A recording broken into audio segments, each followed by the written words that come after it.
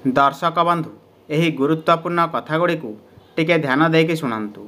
1 number, जो कन्यार हाथ गोड़े अधिक केश रही थाए से कन्या क्रोधी, क्रूर और ईर्ष्या परायणी होता है। 2 नंबर, जो कन्यार नाक तलकू केश रही थाए से कन्या उच्च अभिलाषी होता है। 3 नंबर, जो कन्यार पेटरे देखिबे केश रही थाए से कन्या कलहप्रिय और चरित्रहीना होता है। 4 नंबर, जो कन्यार छाती रे केश रही थाए से कन्या स्वार्थपर और लज्जाहीन होता है।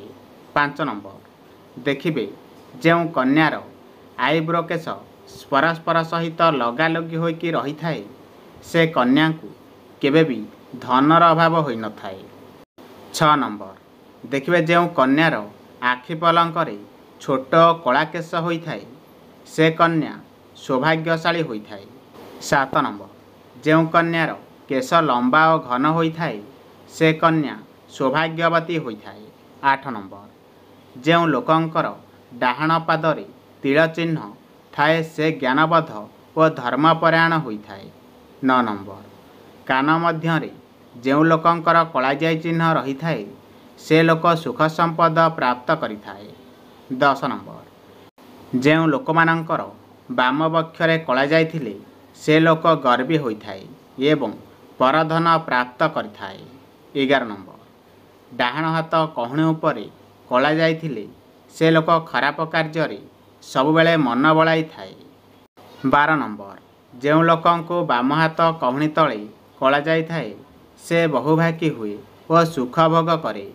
13 नंबर, जो लोकंकर मुहर डाहाण पाखरे कला जाइथाए से परोपकारी एवं मान और सम्मानर अधिकारी होइथाए।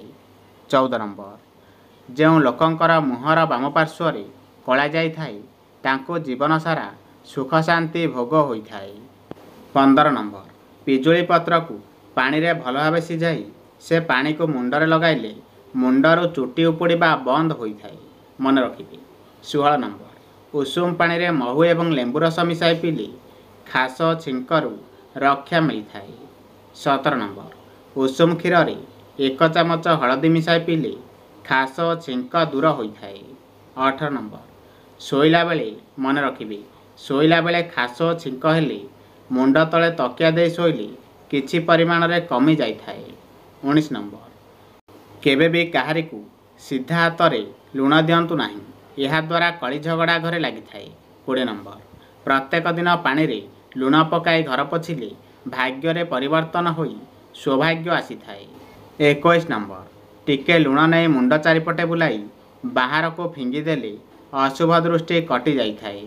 22 नंबर, सप्ताह को थरुटिए मिश्रयुक्त क्षीरी परिवार रे समस्ते एकाठी खाइले माँ लक्ष्मी प्रसन्न होइथांती। 23 नंबर, जदि आपणक घरे कौनसी कार्य होई पारु न थाए तेबे पाइखाना रे गोटे मुठा लुण सबुदिन पकांतु। 24 नंबर, जदि कौनसी शुभ कार्य रे घर बाहरुछंती तेबे गोटे लेंबू रे 4टी लवंग पोती सांगर नेकी गले बहुत शुभ होइथाए। मन रखिबे।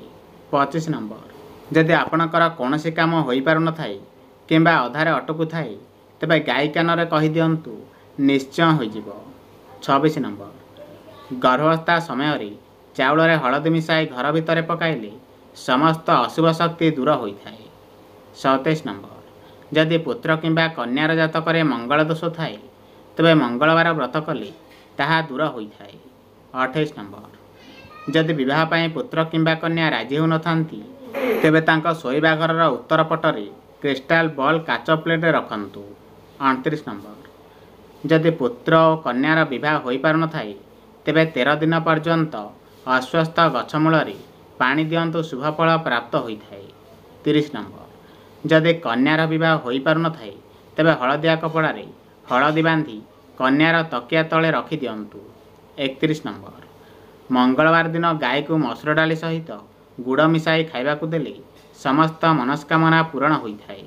32 नंबर, सकाळ उठी गणेशଙ୍କ ଉପରେ नाली रंगर फूल चढ़ाइले घर करिवार मनस्कामना पूरण होइथाए। 33 नंबर, घरर छात उपरे दक्षिण पूर्व कोणरे पक्षी मानक पई पिया पानी रखिले परिवार रे आयु वृद्धि होइथाए। 34 ନମ୍ବର ସକାଳୁ ଉଷୁମ ପାଣିରେ 1 ଚାମଚ ଗୁଆ ଘିଅ ମିଶାଇ ପିଇଲେ ମନ ସତେଜ ରହିବା ସହିତ ଶରୀରରେ ଚମକ ଆସିଥାଏ। 35 ନମ୍ବର ବାଦାମ ମିଶ୍ରିକୁ ଓ ମଧୁରୀକୁ ଗୁଣ୍ଡ କରି ରାତିରେ ଖାଇବା ପୂର୍ବରୁ 2 ଚାମଚ ଉଷୁମ ପାଣିରେ ଖାଇଲେ ସ୍ମରଣ ଶକ୍ତି ବୃଦ୍ଧି ହୋଇଥାଏ। 36 ନମ୍ବର ଯଦି ପିଲାଙ୍କର ମନ ପାଠରେ ଲାଗୁନଥାଏ ତେବେ ପୂର୍ବ ଦିଗକୁ ମୁହଁ କରି ପାଠ ପଢ଼ିଲେ ପାଠରେ ଭଲ ମନ ଲାଗିଥାଏ।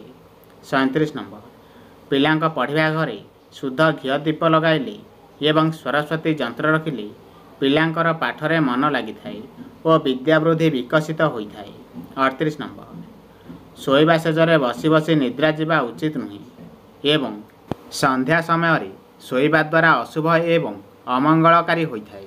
39 ନମ୍ବର ଶୋଇବା ସମୟରେ କେବେ ବି ମସ୍ତିଷ୍କ କିମ୍ବା ପାଦ ଆଡ଼କୁ ଆଲୋକ ପଡ଼ିବା ଉଚିତ ନୁହେଁ ଏବଂ କାନ୍ଥଠାରୁ 3 ହାତର ଦୂରତାରେ ଛାଡ଼ି ଶୋଇବା ଦ୍ୱାରା ମଙ୍ଗଳକାରୀ ହୋଇଥାଏ। 40 ନମ୍ବର ଉତ୍ତର ଦିଗକୁ କେବେ ବି ମୁଣ୍ଡ କରି ଶୋଇବା ଉଚିତ ନୁହେଁ, ଏହା ଅଶୁଭ ହୋଇଥାଏ ଏବଂ ମସ୍ତିଷ୍କକୁ ରକ୍ତ ସଞ୍ଚାଳନ କମ୍ ହେବା ସହିତ ସ୍ମୃତିଭ୍ରମ ହେବାର ସମ୍ଭାବନା ଦେଖା ଦେଇଥାଏ। ଧ୍ୟାନ ରଖିବେ।